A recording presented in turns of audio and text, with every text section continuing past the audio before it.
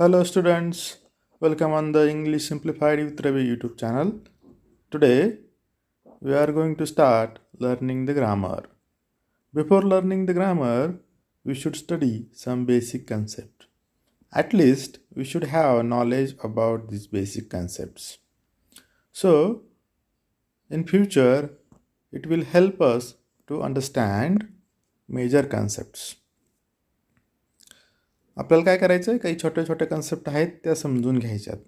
त्या कुठेही विचारल्या जात नाही, पण त्यामुळे काय होईल, आपल्याला मोठ्या मोठ्या जे कन्सेप्ट असतील त्या समजण्यास मदत होईल. तर चालू करूया सम बेसिक कन्सेप्ट्स. आता मी तुम्हाला काही चित्र दाखवतो. ते चित्र तुम्ही अभ्यासलेलं आहे, तुम्ही पाहिलेलं देखील आहे, तुम्ही लगेच सांगू शकता. तर तुम्ही ते पहा आणि त्याचं पहा बरं, आठवा बरं तुम्ही त्याचा काय अभ्यास केलेला आहे, ते कुठं पाहिलेलं आहे, ते कशात चित्र आहे. तर पहिलं चित्र पहा.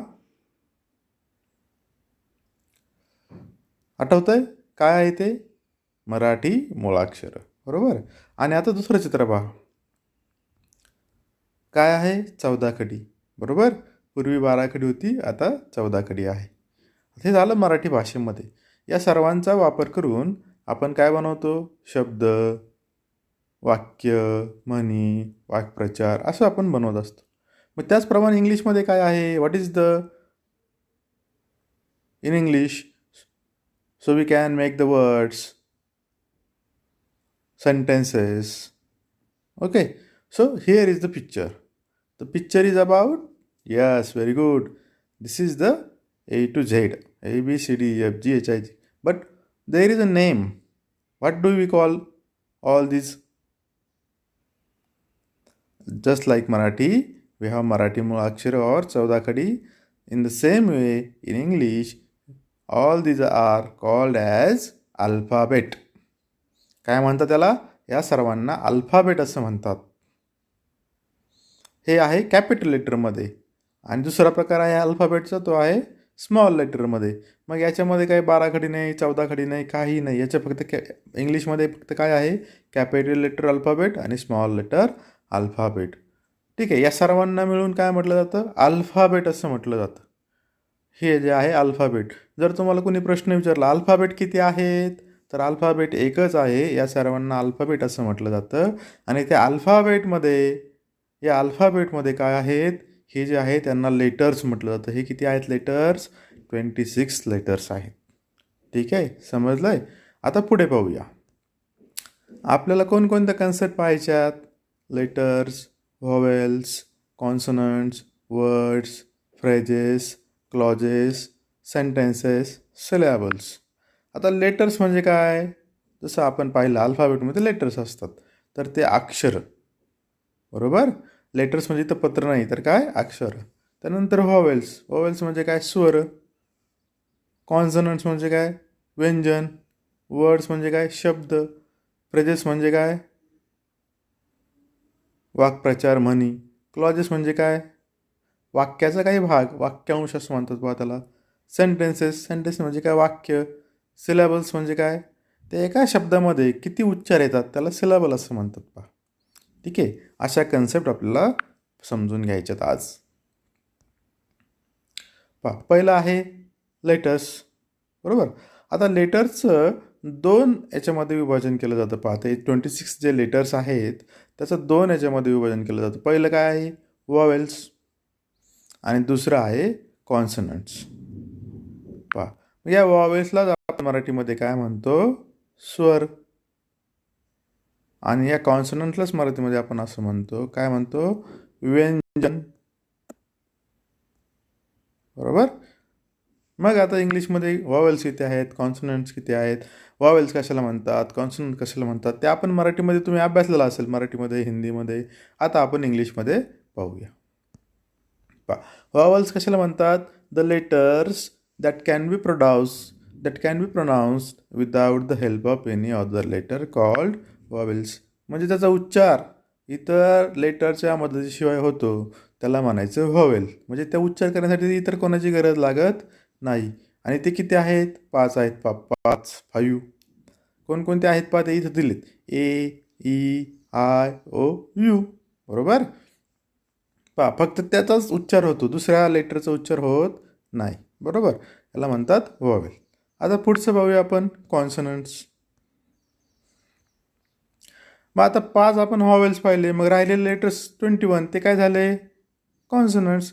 मग आता व्हॉवेल्सला काय लागत होतं, उच्चार करण्यासाठी इतरांची मदत लागत नव्हती, इतर लेटरची मदत लागत नव्हती. पण कॉन्सनंटमध्ये काय असेल मग, they cannot be pronounced without the help of a vowel. म्हणजे कॉन्सनंटचा उच्चार करण्यासाठी आपल्याला कशाची मदत लागते, व्हॉवेलची मदत लागते. उदाहरणार्थ,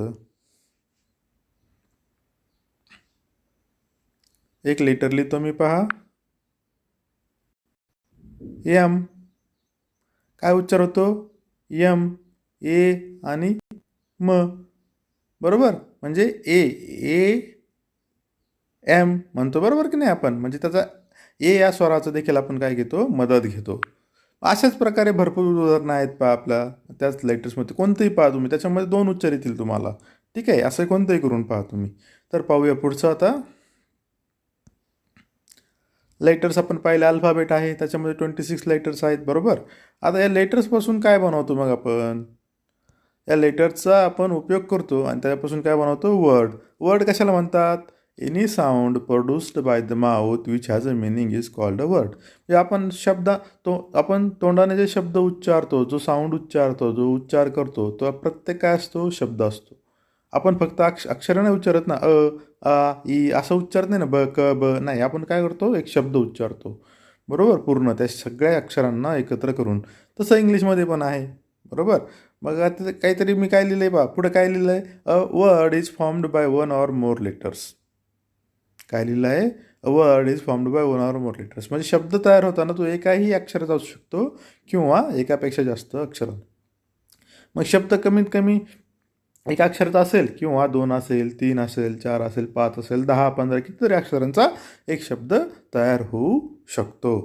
परंतु तो कसा असला पाहिजे, त्याच्यामध्ये अर्थ असला पाहिजे. जसं की इथं काय आहे, बॅड आहे. बरोबर, बी ए डी एका क्रमाने आला, अगोदर बी आला, मग ए आला, मग डी आला. जर मी असं लिहिलं तर बॅड स्पेलिंग तर चालेल का, हा आहे, हा बॅड होऊ शकतो का, नाही. त्याला नियम दिलेले आहेत पूर्वीपासून. मग त्याप्रमाणे आपल्याला त्याचं काय करावं लागतं, त्याच क्रमाने त्याची मांडणी करावी लागते अक्षरांची. अर्थ प्राप्त झाला तरच तो काय असतो, एक शब्द असतो. बरोबर, लेटर्सपासून काय तयार होतं, मग एक वर्ड तयार होतो. ठीक आहे, आता पुढे पाहूया. तर सिलॅबल्स. सिलॅबल्स म्हणजे काय, the part of a word produced in one instance is called a syllabus. A word can have one or more syllables. पहा, आपण आता शब्दांचा उच्चार करतो. बरोबर, मग त्या शब्दांचा उच्चार करताना एका क्षणामध्ये जो उच्चार केला जातो त्याला आपण सिलॅबल्स असे म्हणतो. बरोबर, मग आता पहा, मग एका शब्दामध्ये कितीतरी सिलॅबल असू शकतात. 1 असू शकतो, 2 असू शकतो, 3 असू शकतो, 4 असू शकतो. जसा शब्द मोठा असेल तशा प्रकारे सिलॅबल असतील. आता इथं आपण समजून घेऊया सिलॅबल अजून काय, त्याला काय असं काय म्हणतात पहा. आता 1 सिलॅबल, एकाच शब्दामध्ये एकच सिलॅबल असणार, यू. फक्त काय आहे, यू आहे. मी, मी आहे. Go, go. Run, run. एकाच उच्चारामध्ये, एकाच क्षणामध्ये आपण उच्चार करतो त्याला सिलॅबल असं म्हणतात. आता खाली पहा, फा, पहा, फा आपल्याला परत थोडंसं थांबवून परत दुसरातला उच्चार करावा लागतो, दुसरा राहिलेला उच्चार करावा लागतो. Father, father. बरोबर, फा आणि दर हे झाले 2 सिलॅबल. वॉटर, व आणि टर हे झाले 2 सिलॅबल. मंकी, मंग की. बरोबर, म की 2 सिलॅबल. Beauty, beauty. आलं लक्षामध्ये, असे झाले 2 सिलॅबल. आता जास्त, 2 पेक्षा जास्त असणार आहे, ब्युटीफुल. 3 आले पहा, ब्युटीफुल. बरोबर, म्हणजे त्या शब्दाला आपल्याला तोडायचं वेगवेगळं, मग ते सिलॅबल आपल्याला मिळतील. डे, मो, क्र, सी. बरोबर, प, सी, बी, ली, टी. आहे ते लक्षामध्ये, याला म्हणायचं सिलॅबल. म्हणजे एक एक जो आपण त्याच्यामध्ये आपल्याला अक्षराचा जो उच्चार मिळेल त्याला म्हणायचं सिलॅबल. ठीक आहे, सिलॅबल समजलं. आता पाहूया पुढे. सेंटेन्स. पहा, आता सेंटेन्स कशाला म्हणायचं आहे, a group of words which makes complete sense is called sentence. Complete sense म्हणजे काय, एक अर्थ बनवतो. मग आता काय करायचं, ग्रुप ऑफ वर्ड्स, शब्दांचा समूह एकत्र येतो आणि मग एक तो अर्थपूर्ण वाक्य बनवतो. जसं आपण इथं लिहिलं पहा, ही रीड्स अ स्टोरी. बरोबर, एक अगोदर ही आलं, मग रीड्स आलं, अ स्टोरी बुक. मग मी हेच जर असं लिहिलं, हेच वाक्य, बुक, रीड, ही, स्टोरी. तर हे वाक्य तयार होईल का? शब्दांचा समूह आहे, पण तो अर्थपूर्ण आलाय का? नाही. याच्यावरून आपला अर्थ कळत नाही. शब्दांचा अर्थ कळतो आपल्याला, बुक आहे, रीड आहे, ही आहे, स्टोरी, बरोबर. परंतु त्या वाक्याचा अर्थ कळतोय का? नाही. म्हणून याला आपण सेंटेन्स म्हणू शकत नाही. सर्व शब्दांचा समूह, they should come together, but what is the condition? They should make the sense, there should be a meaning, then only it is called a sentence. Okay, now we will see next concept. What is the next concept? Phrase. What is the phrase? Phrase is a म्हण or वाक्प्रचार. मराठीमध्ये त्याला म्हण किंवा वाक्प्रचार असं आपण म्हणू शकतो. ठीक आहे. मग आता फ्रेज म्हणजे काय? Phrase is a group of words. तो देखील काय आहे? एक समूह आहे शब्दांचा. Which makes sense but not a complete sense. Which makes sense but not a complete sense. म्हणजे त्याला देखील थोडाफार अर्थ असतो, पण पूर्ण अर्थ मिळत नाही. मग आपल्याला एखाद्या म्हणीचा, वाक्प्रचाराचा जर अर्थ मिळवायचा असेल तर आपल्याला काय करावं लागतं? त्याला त्या वाक्यामध्ये टाकावं लागतं आणि मग त्यावेळेस आपल्याला त्या म्हणीचा अर्थ आपल्याला समजतो. बरोबर. मग इथं पहा काही एक्झाम्पल दिलेत तुम्हाला. ऑफ ग्रेट करेज, खूप धैर्याचं. बरोबर. मग खूप धैर्याचं, मग त्याला आपल्याला वाक्यात टाकावं लागेल. मग ते खूप धैर्याचं काय काम केलं किंवा कोणती गोष्ट आहे हे आपल्याला कळेल. बरोबर. He fought against the tiger that was of a great courage. वाघाबरोबर तो लढला, हे त्याचं खूप धैर्याचं काम होतं. बरोबर. असे खाली दुसरे 2 एक्झाम्पल दिलेत पहा. याला म्हणायचं फ्रेज. आता पुढची कन्सेप्ट पाहूया. पुढे कोणती दिलेली आहे कन्सेप्ट? क्लॉज. क्लॉज म्हणजे काय? वाक्याचा पार्ट, वाक्याचा एक भाग, वाक्यांश असं त्याला म्हणतात पहा. A group of words which forms part of a sentence and contains a subject and predicate is called a clause. पहा, म्हणजे ते वाक्याचा एक भाग आहे, त्याच्यामध्ये सब्जेक्ट पण असतं आणि प्रेडिकेट पण असतं.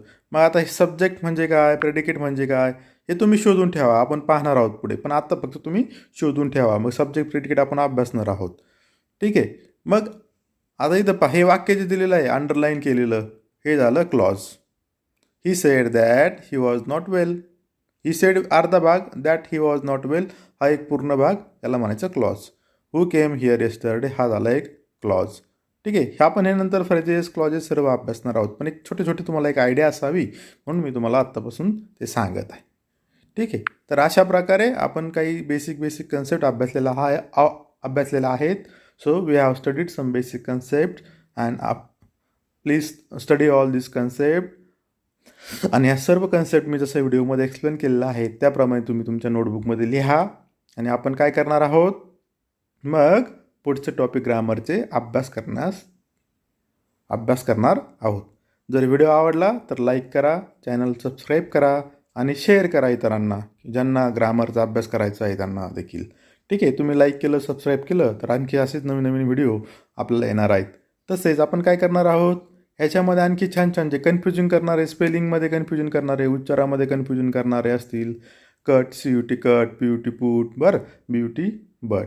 ठीक आहे. अशा प्रकारचे TO2, TOO2 याचा वापर कधी करायचा, कोणता करायचा, याचा देखील आपण असे व्हिडिओ बनवणार आहोत.